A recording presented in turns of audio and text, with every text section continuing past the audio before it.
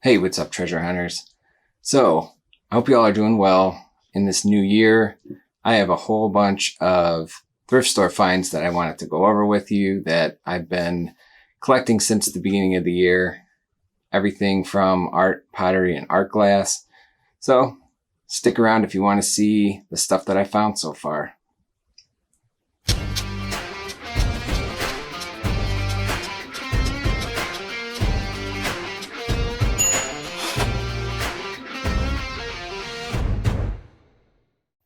So here's the first thing I wanted to show you. This is a piece of art glass, and you can see inside there's a jellyfish.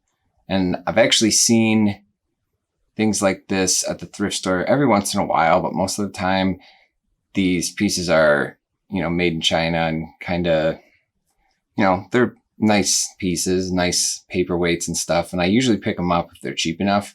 But when I saw this one, it just looked especially like the glass part was especially clear.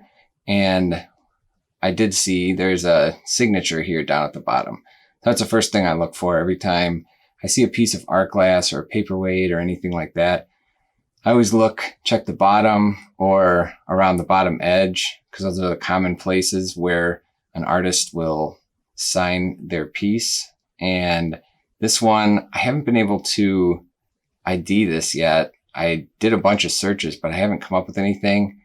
I thought it said Scott May, and it's dated 2010, jelly number 36. All that's written down here. It'll be impossible for me to show you that, but it's a really cool looking paperweight. It's pretty big, and the purple jellyfish with the little green and blue tentacles and stuff and the bubbles just make it a really cool piece.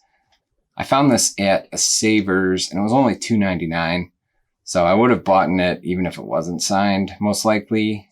But now that it is signed, I'd like to figure out who made it, because that'll give me a better idea on what I could price it for. But if I don't end up finding out who made it, I'd still probably be able to get like 40 or 50 bucks for it. I still need to post this I'm a part of a couple Facebook groups, and Facebook groups are great ways to help you identify things, whether it's antiques or, foreign pieces, even, Japanese and Chinese stuff, or art glass or pottery, even paintings. There's different groups for all that type of art. So all you have to do is join those groups, and you can make sure you follow their rules. They'll have different rules and stuff on, how to post things, or, the different photos you should take or that sort of thing. But they're really helpful because there are people that, are kind of experts in that, I guess, or know a lot about that stuff. So that's helped me a lot in identifying different pieces where I can't figure out what a signature says or anything like that. So I'm going to post this to an art glass group and see if they recognize the signature. If not, I'll probably do a bit more searching and then list it on Etsy. Next thing here, this is a wrought iron candle holder, and it's kind of unique just in the fact, it looks like a flower and only one side will hold the candle. The other side is just kind of decorative. I picked this up at a Goodwill for a couple bucks. And the reason why I did make the purchase, one is just its uniqueness, and it looks more handmade than a lot of the stuff that you'd see like at a World Market or TJ Maxx or something like that. But there's a stamp here on the base, and it's really small, so you probably can't see it, but there's a stamp there, and I still need to figure out exactly what this means. I thought it was like a TM or something, but I didn't come up with anything. So again, I'll probably post this to a couple groups and see if anybody recognizes that mark. Because sometimes I have sold a pair of strange looking, tall, thin, kind of twisty wrought iron candlesticks. I got the pair for like $2, and they're kind of like brutalist, little abstract freeform type. But I ended up selling those for over $100. So anytime I see stuff like that, I always pick it up, especially if it's real cheap. And I wasn't able to ID the one I sold before because there were no markings. But since this does have a marking, maybe it is by a more well-known artist. Who knows? Either way, it was only a couple bucks, and I should be able to at least sell it for 30 bucks, I would think. But it'll help me get more money or more profit if I can figure out the maker. Next thing here is a piece of studio pottery. And what caught my eye about this is, one, the glaze. I really like the different, colors that they used in this, where it's got a bunch of ridges and it's kind of got a unique shape to it. And there is, some green, and then it fades to pink and blue. So I thought that was pretty nice. When I picked it up, it was a lot heavier. Like, this whole bottom part is solid. So there's only a kind of tapers down here. So it's, I thought it might be more of like a student piece, but then the signature on the bottom here just looked a little, I don't know, it didn't look like a student signature to me. So I did post this on a Studio Pottery forum, and no one recognized the signature. It's kind of hard to read. It almost looks like Marin and then a big J, so maybe it's J Marin. Not totally sure. But either way, I picked this up for a couple dollars at a Goodwill, and I've sold vases this size, like Studio Pottery vases, for like $30 or $40. And given how nice the glaze looks, and it's pretty well made, I think I should be able to get something like that. So the next thing I found is a mid-century looking, almost has like, I don't know, almost kind of like a Japanese feel, just I guess the coloring in it, because I've seen some different pieces like that. But it's another piece of studio pottery, just a regular pot, could hold, utensils or flowers or, whatever.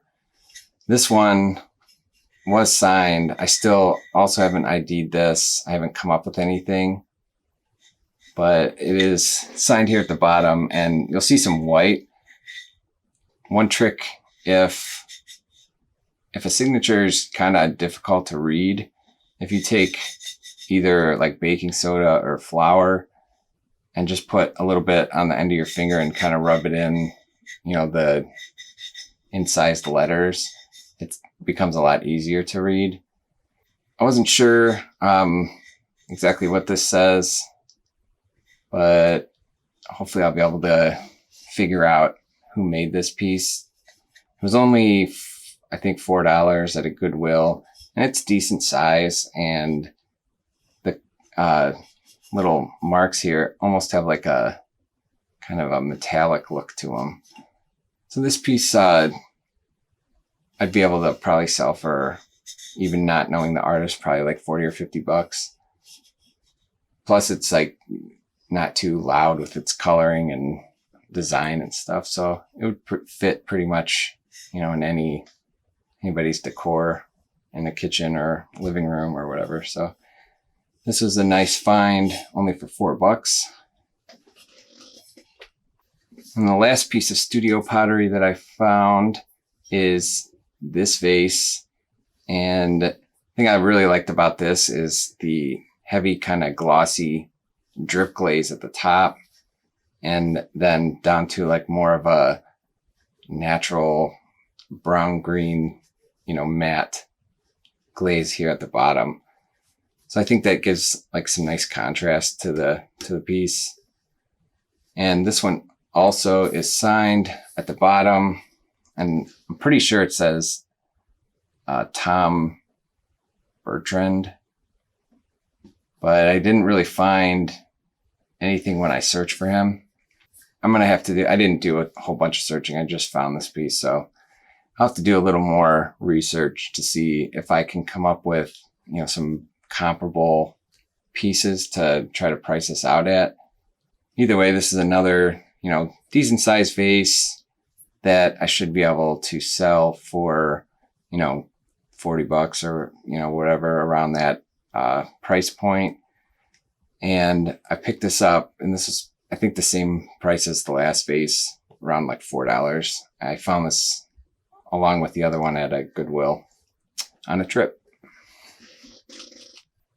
The next thing I found this also at a Goodwill, and this is an old antique look, probably antique, I would think, or right around that, you know, maybe 30s to 50s. I didn't do a whole bunch of research on this, and this piece was only like $3, but it's for me and my girl. And this is actually a Broadway kind of advertisement. This is actually made into a movie, and I did search for Me and My Girl real quick in the store, but I didn't come up with anything on the Broadway stuff. It was all about, you know, the movie, the older movie. So I didn't waste a bunch of time in the store to try and find more information about this Broadway advertisement or whatever. I just picked it up. These can be pretty collectible. I'm not really familiar with this movie. I hadn't heard of it before, but I'm sure people that are into older movies or Broadway plays would be. I really have no clue what the price is at until I am able to do a little more research. But yeah, this older advertisements like this, or especially like old movie posters or iconic movie posters that even are from like the 70s or 80s, can be very valuable. So I'm always on the lookout for those types of things. But I mean, this is even older than that. I'd probably think like 40s maybe. We'll see. I'll just have to do some more research. And this isn't in like an older style frame, and obviously it hasn't been removed or anything. There used to be a sticker down here at the bottom, probably for the frame shop or gallery that it was purchased at. So I'll let you know if I find anything else about this. So the next piece of art here I found was at a Goodwill, and if you've seen any of my other videos, I always stress not to forget about the section where they kind of like stack all the smaller pieces of art in frames, because I found a lot of really nice pieces in there that have made me a lot of profit, and they're very inexpensive compared to some of the larger pieces. This is only $2.99. I found this at a Goodwill, and the first thing that jumped out at me was the older style frame here with the painted flowers, and then also that it's hand signed in pencil down here at the bottom. It's a small piece, but it's very well done. It's a really beautiful painting here of, looks like fall, like as the leaves are changing, of a lake and mountains in the background.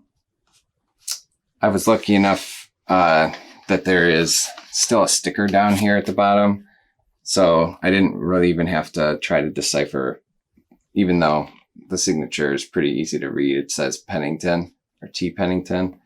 And it says T. Pennington Art Gallery from Waynesville, North Carolina. And seeing that I'm near Cleveland, anytime I see a gallery sticker from a different state, I always do a little more research too, because it's not, you know, just some local piece that somebody picked up recently, or, you know, that might have some value. But this is, I believe her name was either Teresa Pennington, and her work is actually quite valuable, her original work. She does obviously very detailed, landscapes and different scenes. I did see some prints of hers, but they were all the ones that recently sold were a lot bigger than this one, but they, sold in the $300 to $500 range. And this is a lot smaller, obviously, but I still think I should be able to get a good amount of profit, like over $50 for this, just because it is from her gallery and it's in really good condition.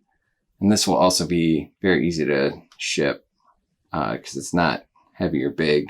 So this was a cool find, and it seemed like, you know, a lot of people liked her work. So if you caught my latest video on the antique mall walkthrough, I saw in there, I mentioned it was on the easel. It was a larger painting by the same artist, and this is the painting I ended up purchasing.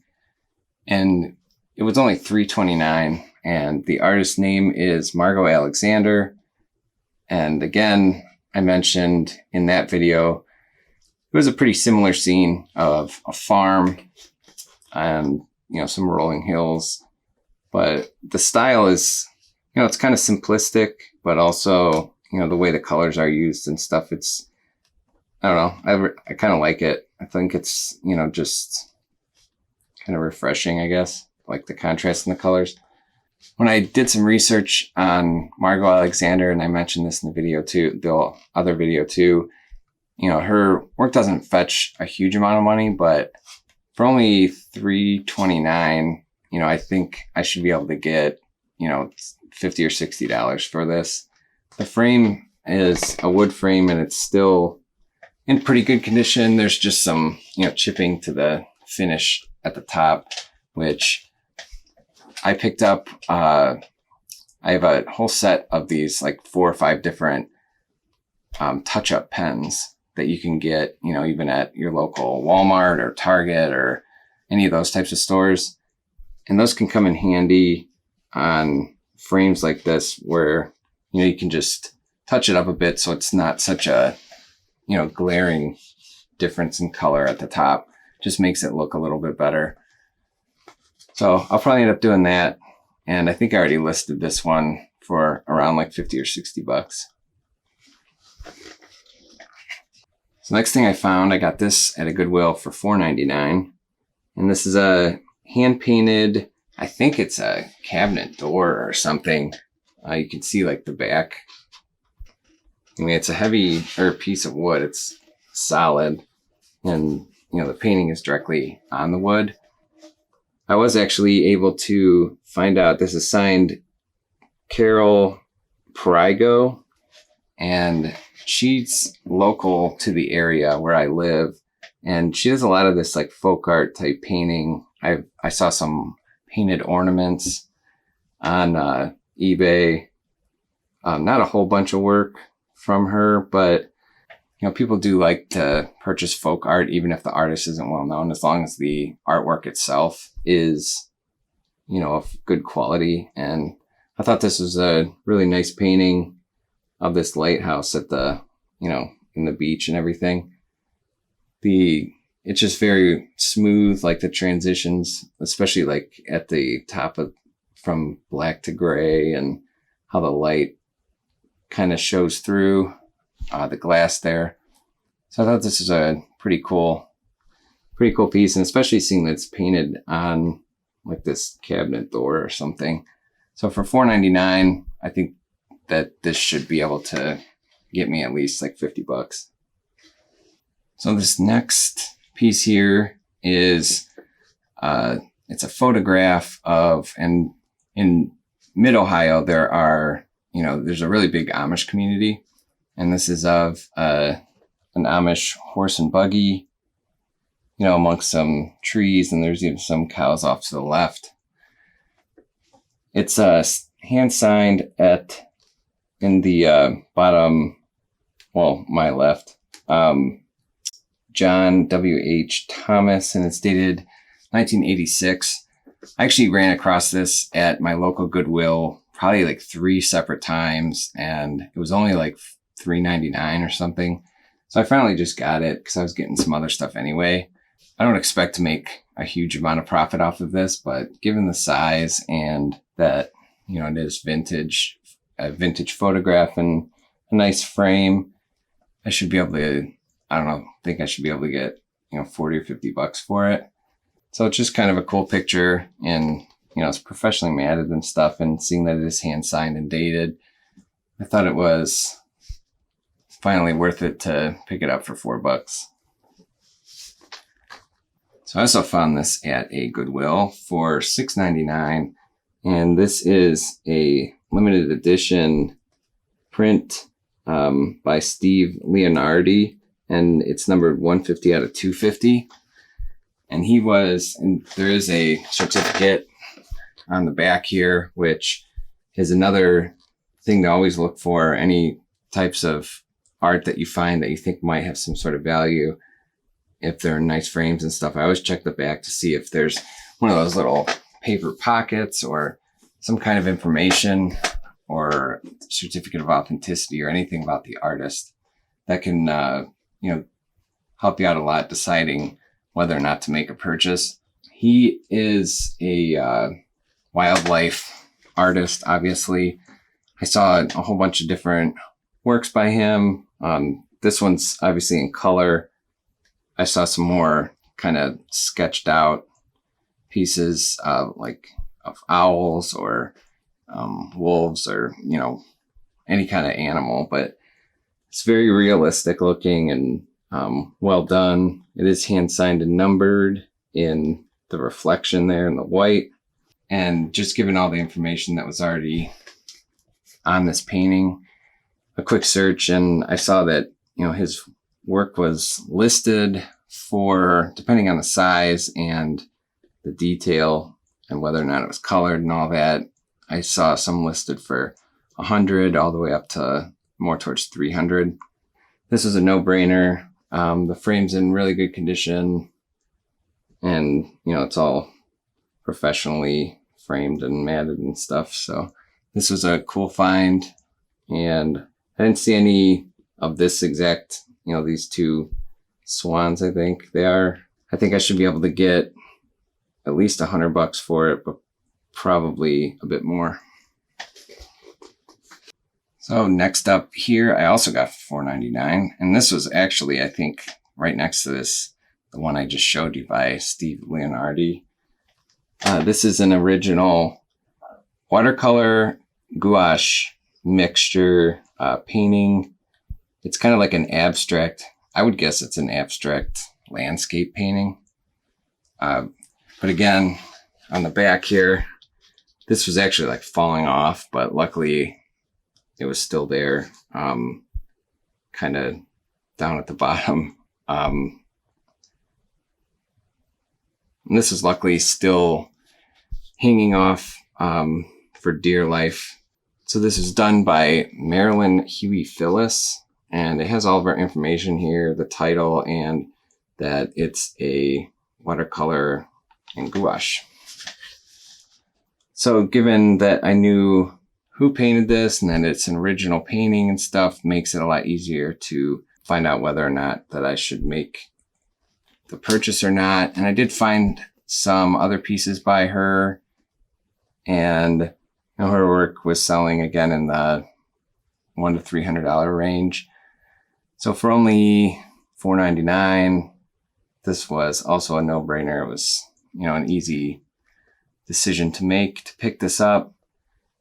And again, this one, I really like how the matting, how they did that with kind of the red on the inside. I think it kind of makes the painting pop out a bit.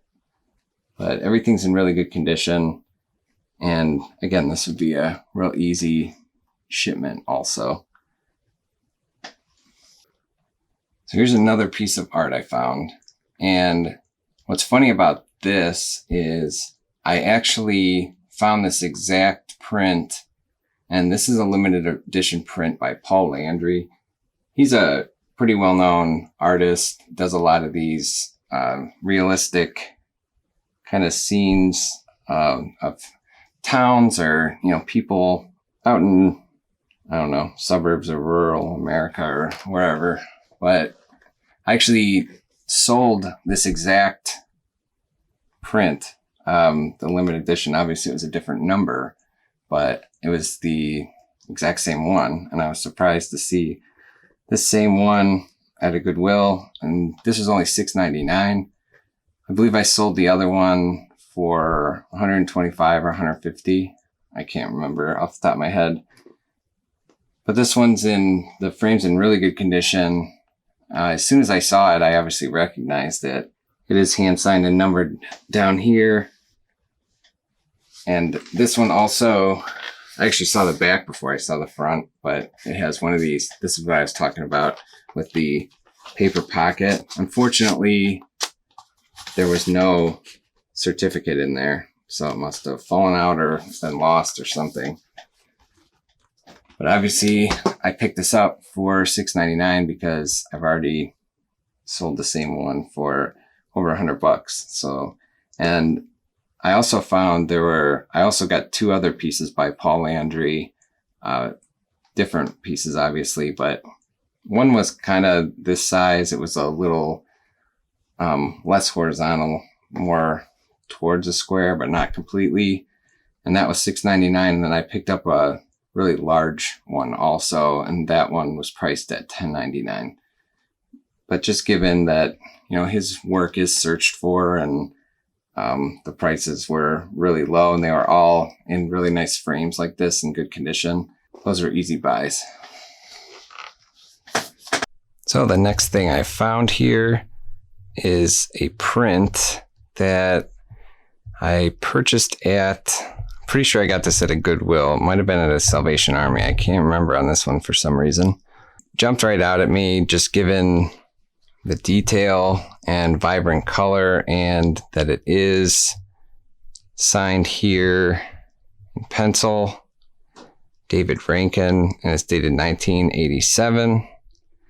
And this is kind of cool. The Holden Arboretum is a nature preserve, basically, real close to where I live, and it spans a good amount of acres, tons of trees, tons of wildlife, and this is from their print collection.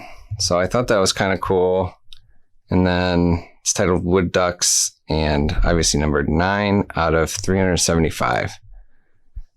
I think he did like such a really good job. I really like how the lily pads or whatever types of leaves or whatever are coming out of the water like that, and how he got those reflections and the movement from the ducks in the water. And I just thought that was really, really well done and really cool. When I did some more searching on him as an artist, I did find a whole bunch of nature type work from him, and his prints and stuff did fetch a decent amount of money. So I picked this up. I think it was $10.99. It is a fairly large piece, so I'm definitely going to be shipping this out either UPS or FedEx. And if you didn't watch my top 25 sales of 2020 video, I mentioned multiple times I spent too much on shipping on numerous occasions last year because I always just assumed that UPS and FedEx were going to be more expensive than UPS, but that's definitely not the case, especially if you're selling on Etsy and eBay, because they have agreements with UPS and FedEx, both companies, where you actually, if you ship through either eBay or Etsy, you get a pretty nice discount off of shipping. So you can save a lot of money that way. Just a quick tip if you weren't aware of that. But for $10.99, I thought this was a really cool piece of art, and I definitely think I'll be able to get over $100. I'm not exactly sure how much. I just did a quick search when I was in the store. I haven't really looked too far into it, but I know I'll be able to get over $100 for this. So here's the last piece that I'm going to show you, and I actually had to turn this. This is supposed to be horizontal, but as you can see, it's very large. This is an oil painting on canvas, and there's no way that I could have hung this up really anywhere without moving a whole bunch of stuff. So sorry about that. But yeah, this is supposed to be horizontal. This piece was done in 1971, and it is signed all the way up here. And I think it's like, I did some searching around the artist here, and I really couldn't find anything, but I'm not sure I know exactly what her last name says, but the first name obviously is Lily. So I don't know. I did do an image search on this, and I found some similar stuff, and it was actually selling for a decent amount of money. I just have no clue. I mean, this would definitely have to be an auction house. If this ended up being an artist that fetched a good amount of money, this would definitely probably go to an auction house. But it was only $9.99 at a Savers. So I figured, I don't know, it was kind of cool. Definitely got a 70s vibe to it. So I'll just have to do, some more research. And I'm not sure. I mean, you can see some letters in there, and I have no idea what it says or whatever. But either way, it's only $10.